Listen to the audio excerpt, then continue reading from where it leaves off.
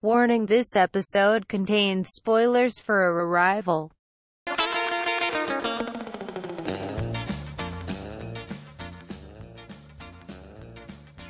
But the way it's just illustrated, it looks so good, so real. It's photorealistic for me. It's awesome. Oh my gosh, Renee. I don't know if she meant this, but people who have seen the movie, they all know that Jeremy Renner's character dies. The way she colored him usually indicates ghost, right? Oh. No longer with us. Yeah. And Amy Adams is a warm color indicating life. Yes. I didn't even think about that. That's true. That's so cool. I thought it was just part of the color scheme, which, you know, it is, but it could be.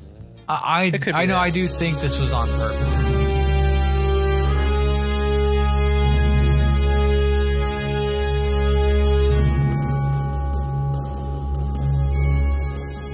Welcome to your local Cineplex with your friendly neighborhood hosts, Rene Gomez and Zak Denis. Welcome back to your local Cineplex, where we are on a noble and dangerous search for mind-blowing posters and the artists responsible for these creations. I am Zak, your host, along with me, Rene. I am here. That was beautiful. I thought of the one Muppet. Oh, yeah, Beaker. Yeah, shout out to Beaker. We gotta have him on the podcast. Oh yeah. Oh, that'd be so cool. Yeah. So Renee, how's your restaurant going? Zak, that restaurant, we got shut down. There are just too many violations this year. Oh. Right. Yeah. You forgot to cook the food again, right? Well, it's not that I forgot. It's that I just didn't cook it for long enough, and people got upset. It's not fun dealing with lawsuits. So that was the whole purpose of the restaurant, was the 1 minute cook time. Yes, the one fast food, truly fast food. Yeah, I agree. Yeah. Well, it turns out people aren't just ready for that yet. I'd give it till like 2030, 2040. Yeah. It's gonna be a new trend. I was sure it was. I'm shocked. Yeah. Your food was delicious. Yes, but I mean, my stomach had to get used to the new I was gonna say, I think you had to go to the hospital for like a day or something. Yeah, so like, it took me, but once my stomach was able to appreciate the new environment that it brought to my gut environment, I understood. Well, so I'm glad there's at least one fan, because Zak, trust me when I say people did not like my food. I was trying to be optimistic. I tried to be positive about everything, and people just threw it right back at me. You know what? I'm back here doing another episode of the podcast because yes, I need some escapism. Well, we're here for you, Renee. Oh, thank you. The listeners are always sending fruit baskets. I truly appreciate that. Yeah, I got one the other day. It was pretty good. Some nice potato chips and all that. So that's good. Thank you, listeners. Renee, what's today's episode about? Today's episode is the 2016 movie Arrival by Denis Villeneuve. I think that's how. Yeah, something like that. Denis? Is it Denis or Denis? It's Denis. It's Denis, right? Yeah. Denis. Okay. Yeah, it's Denis. Yeah. Totally. Yeah, so Arrival starring Amy Adams, Jeremy Renner, Forrest Whitaker, and Michael Stabar. Stellar cast. Yeah, stellar cast. Zak, have you seen Arrival? Yes, I have. And I do like it. But I do want to take a moment here to say that today's amazing featured artist is Courtney A. Martin. Courtney A. Martin. So shout out to her. We can't wait to get to her amazing work. Without a further ado, let's move on to how we liked Arrival. I found it very cerebrally entertaining, if that's a word. It was deep. See, I like it. See, to me, Denis is in a filmmaker group that only has one other member in this group, and that member is Christopher Nolan. I think they're like on the same field. I agree. Totally. To me, Christopher was in this arena all alone. No one was there to challenge him, and now here comes Denis, who I think is a well-earned opponent. Not opponent, but just another person to hopefully inspire Chris. Oh, I'll see what he did. That sparks me to do this. Makes me excited. Yeah, I agree. I think Nolan and Denis are very kind of serious filmmakers who handle really serious topics and can do it in a really classy way. say, watching their movies is a lot like going fine dining to the best restaurant you could go find. Yes. Which it's cinematic. it really is. I think they're one of the it's like today's Scorsese and Spielberg. Even though they're those two filmmakers are still making movies, you know, they're not as popular, I feel like, with general audiences as, I don't know about Denis, honestly, but everyone knows Nolan.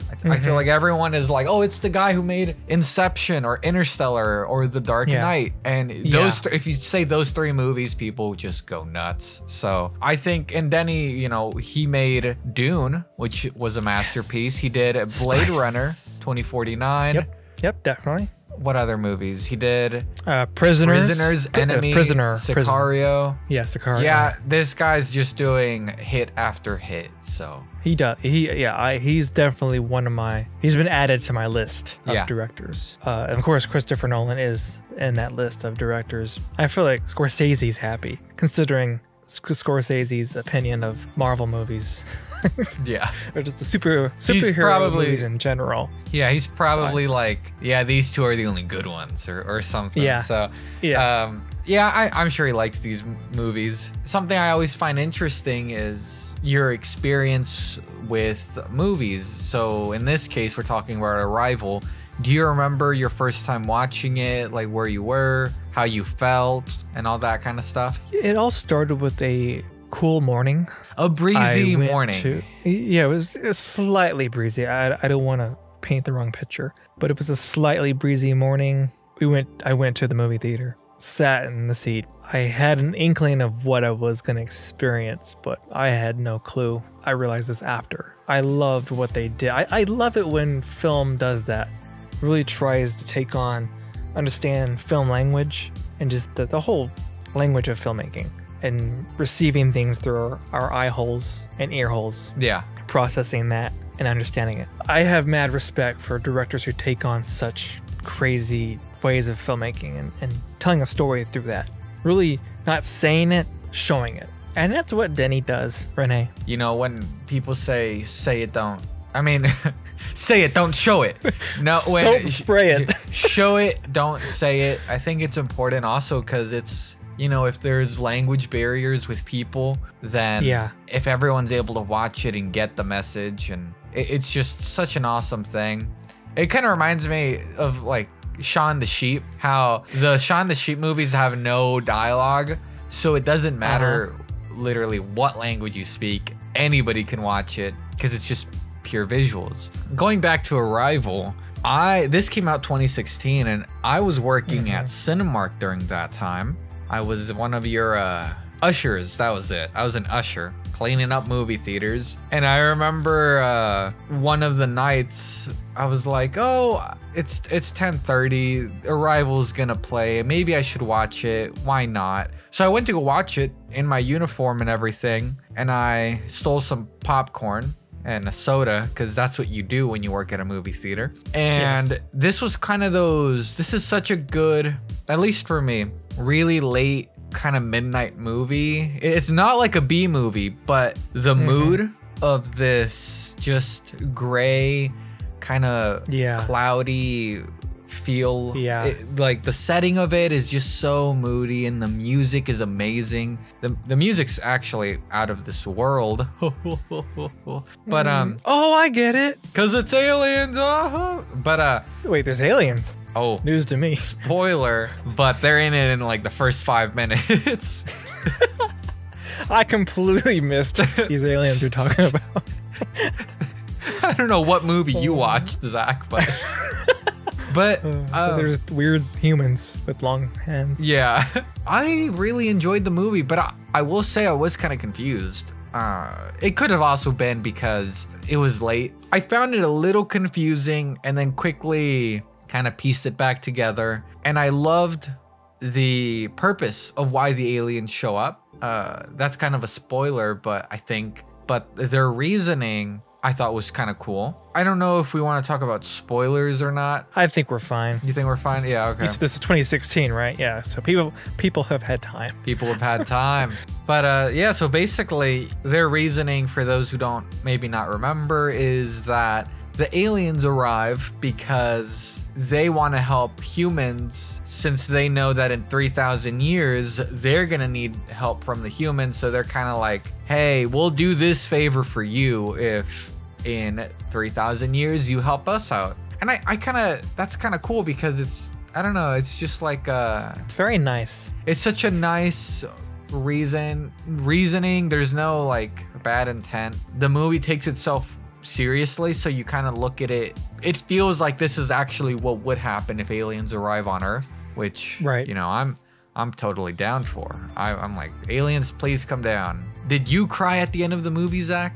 Because there's something that happens that is yeah, I was emotional, to say the least. Yeah, I was definitely emotionally moved. This time I won't take any points off your roster for being confused.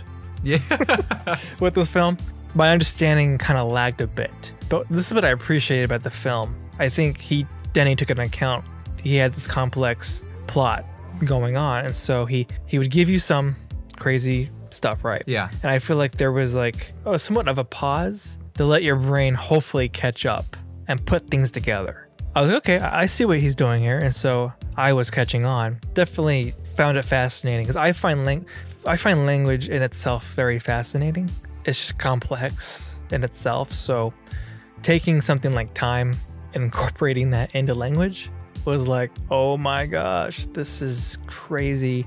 And I don't know how I would approach an idea like that. Yeah. Do you? No, dude. It's movies like these that it's sometimes discouraging as a filmmaker.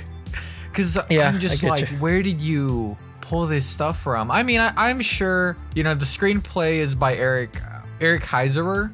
I'm pretty sure I messed up that. I butchered the last name. It looks like he just wrote it by himself, probably with some notes and help, obviously, but there must have been a crap ton of research to really get this down and make it make sense in the way that it does. Mm-hmm. Yeah. Because, and then a director like Denis, He's Denis, and the movie is kind of, correct me, I don't know if you maybe you felt this way or not, but I feel like it's purposely kind of confusing you, and it's showing you things, and you're like, I don't really get what's happening. I was gonna say, when movies do that, I think it makes it a rewarding experience, because the filmmakers aren't feeding you these breadcrumbs. They're literally kind of just throwing them out, and you kind of have to figure it out. So when you do figure it out, it's also like, there's almost a sense of like, oh, I got that. I understood what that movie was trying to do.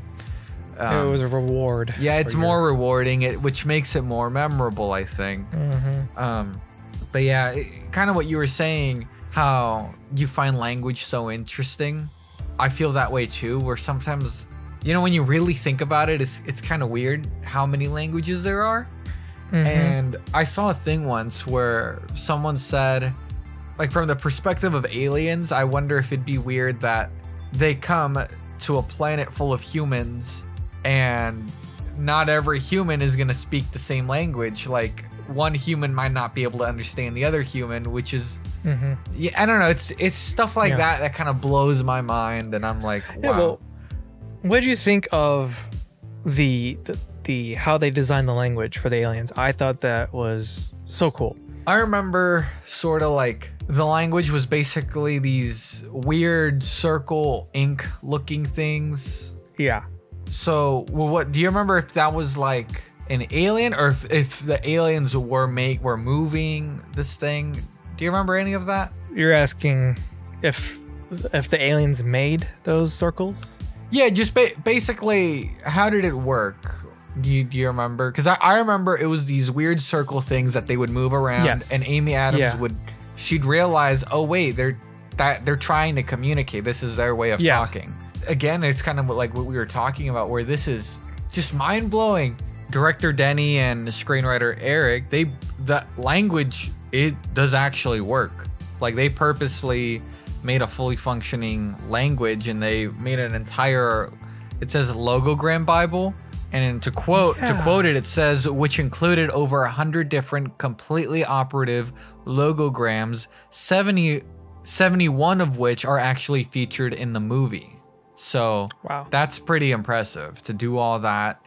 and make it. It kind of reminds me of how in Interstellar they actually figured out a lot of stuff about the black hole to get a better visual representation of that. Don't get me started. Yeah, we could nerd out. We could talk about Interstellar for so long. One of these days. There is. Don't worry, listeners. There is an Interstellar episode coming up. Oh yeah. I am amazed, and I clap my hands. I tip my hat to the designer who was part of this, creating this language. Yeah, I can't imagine. So Zach, you're saying you're gonna make a new language specifically for your local Cineplex listeners, and you'll have it ready and done by next week, correct? Yes. Yeah. Okay. Oh yeah, definitely. That's. Actually, no. You want a challenge? It's gonna be done in like 2 days. You have 48 hours. It will be done by the end of this episode. Oh goodness! You don't even know. I'm working on it as I talk to you. I'm excited. That's how freaking good I am. All right. You know what? Let's look at these posters. As we go through the Arrival studio posters, we're doing the good, bad, and ugly rating system. We're basically going to look at a poster and we're going to rate it on a scale from good being the best, bad being the middle, and ugly being get this out of my face. Cool. First up is the teaser poster for Arrival. The teaser poster for Arrival. So, Rene, what are your thoughts on this and what would you rate it? So, the poster is basically the alien ship. If you've seen it, you know it looks like kind of like a big rock. Almond. What is this? It looks like a big almond. Yes, like a big almond. That's what it looks like. And it's just floating there with the mountains in the background. And it says, "Why are they here?" So I think this is pretty cool. Oh, I know why they're here. Yeah, we know exactly what. We've seen the movie. But yeah, I think this is really cool because I like how mysterious it is. This would totally grab my attention because I'm a big fan of aliens. So, you hear that, aliens? He's a big fan. I'm a big fan of you guys. Just to reiterate, they're basically photographs of the alien ship levitating above ground, above the surface of the Earth, and in the middle of the image, why are they here? Question mark. You got the cast names at the top in your usual placement, and then at the bottom you got the logo title, spaced out, all spacey, from the director of Sicario and Prisoners. What was cool about these is I found teaser campaign for these. They actually made a poster for each location that the alien ship showed up in. It's just not one poster. It's like it shows up here in this area, and it shows up in this city. It showed up in this wilderness, and pretty cool. That's so cool. Yeah, I love that idea of, you know, walking in a movie theater and seeing kind of the same poster but in different locations. So yeah, I'm curious if that would have happened. I'm curious if you would have walked down the hall. Too spooky for me. That's how we say spooky on the show, is spooky. Spooky. Yep, you got it. Whoa. So yeah, I think these are I'd give them a good. Yeah, these are definitely I think good. they set the mood. Absolutely. They're spooky and they set the mood. Awesome. Yeah, I think they did a good job. And can you guess, Rene, who is responsible for these posters? The agency that starts with a B. Dude, how do you know these things? Is it? Yeah. What's the name? It's BLT Communications. BLT, that was it. Okay. Nice. And if you're a listener of the show, you know that we're slowly becoming a fan of this agency. Yeah. They did a really good job on the Uncharted. We rate this teaser poster good. For now, sure. we move on to the Payoff poster. Payoff. And the Payoff poster was done by yours truly, BLT Communications. Yeah. As well.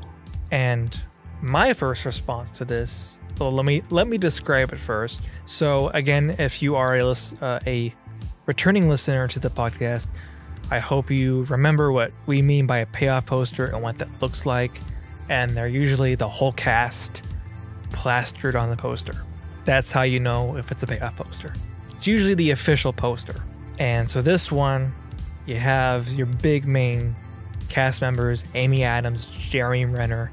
Hey, that's Hawkeye. That is Hawkeye. Forrest Whitaker. Yeah. And so, because Amy is she's the main power protagonist, they're playing her nice and big. She is the biggest, she covers the most real estate on this poster. Big head. And then secondary, you got Jeremy Renner as a supporting cast member. And at the bottom, you got sad and broody Forrest Whitaker, who plays the annoying government guy. And then to the left of it, you got the alien ship levitating, and you got the annoying government helicopters coming to be annoying. Yeah, that's what they're do. coming to take them If you didn't know, down. Rene, that's all they're there for. Is we're gonna take it down. We don't know why. We're gonna take it down. My response to this would be meh. Yeah. And the meh is between a good and a bad. I don't want to assign it a good because it's not. I don't find it that good, and I don't want to assign it a bad, so it's a meh. Yeah, I think what's throwing me off is the right side of the poster. So the left side, you get a really wide shot of the alien ship, all the helicopters going towards it. Then the right side is just the three actors, really kind of big on the poster. And then right behind them is just complete white, which ties into the story. Because if I remember correctly, there's a scene with Amy Adams going into like this blank space when she meets the aliens, I think. Yeah. So I get that. I'm just really not a fan of how big the faces are. They're just it's like you said, it's meh, because I get the intention. I see why they did it for this poster, and I see why it works to a certain extent. But yeah, it ends up being more average, and it just lands on the other average posters we see. So what would you rate it? I'd give it a meh. It's like you said. I'd say it leans for me. It leans a little more towards the good. I wouldn't say this is bad at all, but like, yeah, it is more towards meh at the end of the day. Yeah, I agree. It leans more towards good. And again, I always want to reiterate this on this podcast. This is our critiques of these posters have no reflection on the designers, on the agency who produces them, because we know here at this podcast that if there's anything wrong with these posters, the source of the blame is the studios. Yeah, it's like whoever's at the head of marketing or something. But saying that, I have to say that me personally, this movie is very hard to do a poster for because it is so cerebral and deep, right? Yeah. That I personally would not want to do. If a studio reached out to me and was like, hey, we want you to do the poster marketing campaign for this film, I'd be like, no, thank you. I believe, and I feel like I think you would agree, and most poster designers would agree, what would need to be done, the studio would not allow it. Wouldn't be cool with it.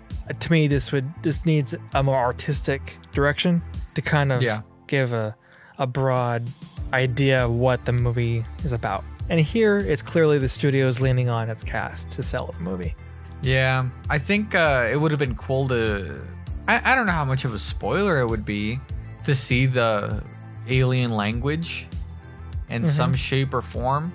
It could be saying a word that we don't know. That as far as audience members, we'd look at the poster and be like, I don't know what these symbols are. And then maybe towards the end of the movie or later on, you find out, oh, it said arrival, or it said we're here. That is not a spoiler at all. That's actually a perfect... See, Rene, again, with your genius. Yes. Your genius is showing. It's showing off too much. I really need to calm it down. Can you zip it up? I'm zipping it up right now, Zach. Thank you. Whew. All right, back to what we're talking about. But yeah, you're on point there. Perfect. It should have been the language. Yeah. It could have just been a white background with just the language there. That would have created mystery and intrigue. Yeah, I was going to say, as a teaser poster, it could even be like, you see that and then at the bottom it just says, why are they here? And that could be it. We don't even need to see the name of the movie, which, you know, I could see some people being like, oh, well, how are you gonna know? But it's like, no, you would know, trust me, because they would use that symbol for other promotional stuff, but it would catch your attention, and you'd probably, if you're walking out the theater, you'd talk about it with your friends or family and be like, oh, that's kind of a weird poster, but that kind of looks interesting. Well, that leads us to the character posters. Yeah. This was done by a different agency called Empire. It's basically Amy Adams. She's in her kind of her quarantine spacesuit looking helmet, and she's looking up in awe. And I think it's the alien ship is being reflected in her visor. So it's a very cool image. Again, if you are following along, you can see all these posters we're talking about on our Instagram. Sometimes we just don't do these images justice, but it's a beautiful image. Yes. It's your basic character image, which these character posters usually just show off one character. I would assign it a meh. I actually would give it a good, just because I do like that perspective of looking at an alien ship from the point of view of just the human, like Amy Adams' character. I can't imagine how scary it must be to be able to look at that and be that close. So seeing her eyes look up and seeing the reflection of the alien ship, it's a cool idea to me. So okay, I'm changing my answer. Mine's good. Because there's just something really eerie about the poster that totally aligns with the mood of the movie, especially like the first hour of the film is kind of spooky and ominous and moody. Spooky. So I think that the poster captures that feel pretty well. So yeah, listeners, you have homework. Dang it. Homework. You have homework. So please go on our Instagram and find this image, this poster, and comment on what you think. What would you rate it? Would you rate it good, bad, or ugly? And your thoughts. And yeah, would this poster make you want to see this movie? Would any of those posters make you want to see this movie? Yeah. Oh my gosh, so. Rene. Oh, what? What's going on? I think it's time for the sponsor. Oh, crap. He's back. He's back. Oh, dang. Yeah. I didn't see that Today's sponsor Oh my gosh, here it comes. is it's a Cinemarama home video. Oh, goodness. Mac is back. Rene, would you say you're in this circumstance of I have this movie I like, but it doesn't exist as a VHS? Yeah. That happens to me quite often. I'm like... I'm happy to tell you. Oh, go ahead. Oh, no, I need to hear this. Oh, no, I was just going to say, sometimes, you know, you watch a newer movie, and I'm like, why wasn't this made in the 80s? Why can't I feel like this was produced and released in the 80s or 90s? So then I want a VHS of it. And my issue... Do you feel like... Okay. Oh, I'm sorry once again, but my issue is that people don't make VHS anymore. So I don't know what to do. I don't know what to do, Zach. It's a struggle. I feel it. Do you feel like most of the time the artwork on even the Blu-ray or the DVD, it lets you down? Yeah. Sometimes it's just as simple as like a logo, or they just put someone's face on it. And I'm like, I know you're in this movie. Why can't you give me more? I want more out of this artwork, Zach.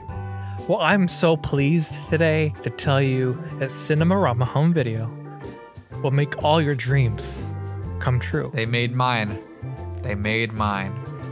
Let's say you're a fan of the movie Dune by Denis, right? Okay. Well, did you know that at Cinemarama, they just released a VHS of Dune? Oh, goodness. I did take a look at this, and it was amazing. It looked great. A lot better than the posters we've seen recently in the Blu-ray covers. So if you're a fan of this film, there is a VHS of it. It's high quality. Yeah, and I'll say, actually for reals, is I've bought VHSs from Well, I've been gifted VHSs from other people who do this, and the packaging doesn't feel the same. But the one from Cinemarama, it legitimately does feel like those older VHS. Like the cardstock is perfect. I don't know how Mac did it. I don't know how he found out which one to use. Putting the VHS next to my collection, you can't even tell which one's newer, to say the least. That's magic right there. It's a true magic. Straight from the 80s. Probably involves some time travel, but I think so. Yeah. And if Dune just isn't your cup of tea and you have a movie that you love and you want a VHS version of it, at Cinemarama, they do custom jobs. Rene, I think you did that, right? Yes, I've had custom jobs done. This sounds odd. Saying custom jobs, I really like. It just sounded awful for a second, but yeah, I've had commissioned stuff. That's the better word. I've had two. I had one for Lake Mungo, and I had one for a gift as my friend, which included all my high school shorts, and both of them are excellent. And I was able to put the movies on the actual tape because nice. I got a blank VHS tape with the commission. So that was super cool. And it's not as hard as people think it is. You just kind of buy a transmitter that converts HDMI to RCA, connected to the VCR, and then the other side connects to your computer, and you just let it play out, and you got it. Yeah, Bob's your uncle. Yeah, Bob's your uncle. Yeah. You got it. You got it. Yeah. So yeah, I totally recommend it.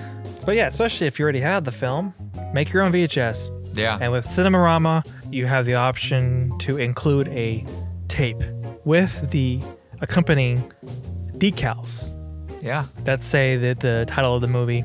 Sometimes he'll like to stick a Blockbuster sticker on there. So sometimes you get lucky and you get the extra little love bonus sticker on your VHS. Yeah. It just completes the experience. So yeah, you get it and boom, you can add your movie on there. And I have it on good authority that a Cinemarama is in the works of producing a Ghostbusters Afterlife VHS. Awesome. It's going to be special edition, Rene, and it's going to be, if you're familiar with the type of slipcase boxes that it's the whole thing is enclosed, and it has the side panel that opens up. And you pull out the VHS. Yeah, that's cool. Yeah, so it's gonna be like that. That's awesome. Yeah, I don't see those that often anymore, so that's super cool to hear. We're back. Rene, it's time for the featured artist. Yes. I'm excited. Are you excited? I got a little sneak peek of this artist last week, and I loved it. So now we're going to take a look at more of their work, so I'm excited. Yeah, so our featured artist is Courtney A. Martin. She did this amazing poster for Arrival. You seeing this, Renee? I'm seeing this. This is kind of what I was talking about using the language and the symbols in some sort of way. This is exactly what they did, and it's awesome. I think it looks really cool. She did a wonderful job of balancing the ideas, the story, in this poster. So see, this is a proof that it's doable. I think she did a great job. You have on the right, you got Amy Adams. On the bottom left, you got Jeremy Renner, and they're pretty much facing the same. They look like they could be looking at each other. So you kind of have this yin yang kind of relationship that's happening on the poster. Oh, which makes sense because they have that relationship, right? They're also the opposite colors. At the same time, they're on the same main ink blot shape letter, right? Yeah. Because they share this timeline. And within this timeline, you have their baby, who's also on that timeline, branching off. And then that baby has its own, I guess the other ink blots that kind of branch off from the baby's ink blot implies its own story. It probably her means own story. something, yeah. It may just be a design choice because she kind of has the same thing going on the other side of the poster. So I think she's trying to balance out that. So yeah, that's what she's doing. There's a lot of great symmetry balancing going on. Yeah. So mad respect there. I love that detail. And so like I said, you have your two main characters taking up a good portion of real estate, kind of having this yin-yang symmetry balance there. And then within that, inset between them, you have Amy Adams in the quarantine kind of spacesuit. No, I think it's Jeremy Renner's character. And then you have Amy Adams' character. She's not in a quarantine suit. So yeah, they're there, standing there, in that, in the spaceship, communicating with the aliens. Yeah. Oh, and at the bottom of the image is Amy Adams and her daughter at the lakeside of their house, which plays a lot in the movie. Very important. Which I love. That's at the bottom, kind of holding everything together, because that whole kind of side plot is really where the heart of the story is at. And it's also the future. I like that she did that. Usually when you have like a future and you want to display that in a poster, I feel like the gut reaction to do is to put the future at the top. You usually put the future at the top, past at the bottom. Yeah. But she decided to put the future at the bottom because, like what you said, Renee, it's the base and the heart of the film. Yeah. And I love what she did with the type there. She has like the type echoing. It's like repeating. Yes, yeah, that's cool. I like that. I just really like this illustration. This is such a cool style, which I'm jealous because I cannot draw at all. Yeah, and then the baby, I don't know if but the way it's just illustrated, it looks so good, so real. It's photorealistic for me. It's awesome. Oh my gosh, Renee. I don't know if she meant this, but people who have seen the movie, they all know that Jeremy Renner's character dies. The way she colored him usually indicates ghost, right? Oh. No longer with us. Yeah. And Amy Adams is a warm color indicating life. Yes. I didn't even think about that. That's true. That's so cool. I thought it was just part of the color scheme, which, it is, but... It could be. I know I do think this was on purpose. Because also it's gotta be. It's just gotta be. Yeah, if I would have seen this in theater, this would have grabbed my attention. I would have been like, okay, I'm saying this. Oh yeah. Courtney, you did an amazing job. I think she does this on iPad. Oh. So she probably does it through Procreate, like I do. I use Procreate and Photoshop on my iPad to do my posters. Nice. Especially if you're a digital artist. Yeah. So I love how it has a texture of paint. It has a subtle paint. I really like that. Fill. But it has this kind of clean vector to it. So I love how she balances both. I love her style. Yeah, beautiful style. I can't wait to see more. I cannot wait to see more. Oh, wait, we have more to show. We have more. Yeah. Silly me. Tricks are for kids. Okay, so we're coming to the end of the episode, so let's look at the rest of her amazing work. She did, let's look at the Dune. Dune is awesome. This is beautiful. This is how I wish they did the poster, where I don't feel like they're showing off celebrities. I feel like they're showing off characters. Yeah, she nailed it. There's a lot of complexity and a lot of narrative-driven imagery she's doing here. The blue and orange, that contrast with the stars behind, and the way Paul's jacket is showing Dune. And I don't know, it's just so good. This is so good. Let's move to the Raiders. I know you're excited about this one. Yeah.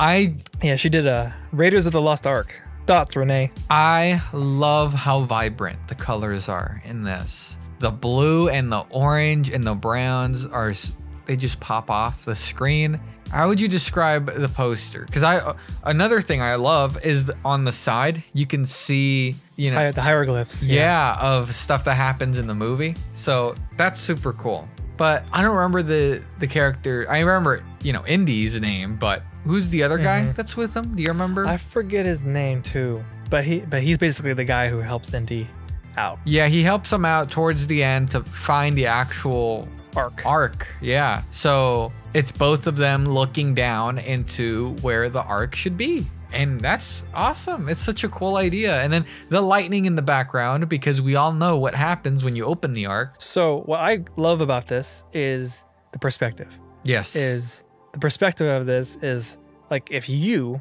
are looking up out of an ark, or not the ark, but like the tomb, like a tomb. Yeah. Yeah, it's like a tomb. So it's like your typical tomb, and so you're looking up at the opening of the tomb. And Indy and his friend are looking down into the tomb.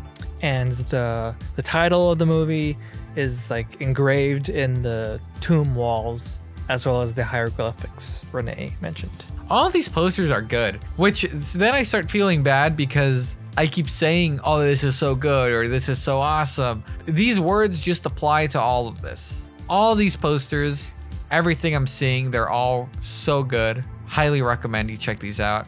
I wonder, I imagine you could even buy them. And you can commission her. Go ahead. I was just going to say, I looked her up and you can find her at camartinart.com. And you could see even more posters, which it's blowing my mind. I'm sure you've seen. Be careful. I'm sure you've seen these, Zach. These are awesome. There's a Zelda poster that I friggin' love. It's from Breath of the Wild. This is so cool. Oh my goodness. Zach, I'm done. Careful. Be careful. I'm retired. Your brain will melt from the amazingness. She's freaking talented. Courtney, you're talented. I'm saying it. Sorry. I'm sorry, but you're so talented. And we have one more poster before we wrap up the episode. And I think both Rene and I will blow our minds with this one. Because we are both Universal Studio Monster fans. And this one is of the Invisible Man, the 2019. Was it 2019? I thought it was 2020. You might be right. I know it was the last movie I saw in theaters before the COVID. Yeah, I was going to say it is 2020. And this one, to me, it's a crime that this was not the official poster. This is really good. This freaking blows the official poster out of the park. Yeah, so it's the silhouette of the, I guess, abusive Invisible boyfriend. Man. Yeah, of the Invisible Man. Man. It's his silhouette with the main girl kind of quivering, and you can see her her breath. I don't know. It's just so good. Zach, you have to excuse Rene. His mind is melting. I'm melting, dude. In real time because he's in love with this poster. So I'll try to take a crack at describing this. Yeah. So you got it's the Invisible Man's head. And it's only a silhouette. And within his silhouette, you have Elizabeth Moss's character in his head. And it's actually a scene from the movie where she's outside. So good. I love the font choice for the Invisible Man is perfect. This is so good. It feels very classy, straight out of the classic Universal monster films. Yes, that's what I love about it. It feels like a classic monster. I don't know what it is. Probably because it's painted. It has a painted look. I think that's really important when it comes to those films. Well, I think, Rene, we did it. Yeah, I think we did it again. Once again.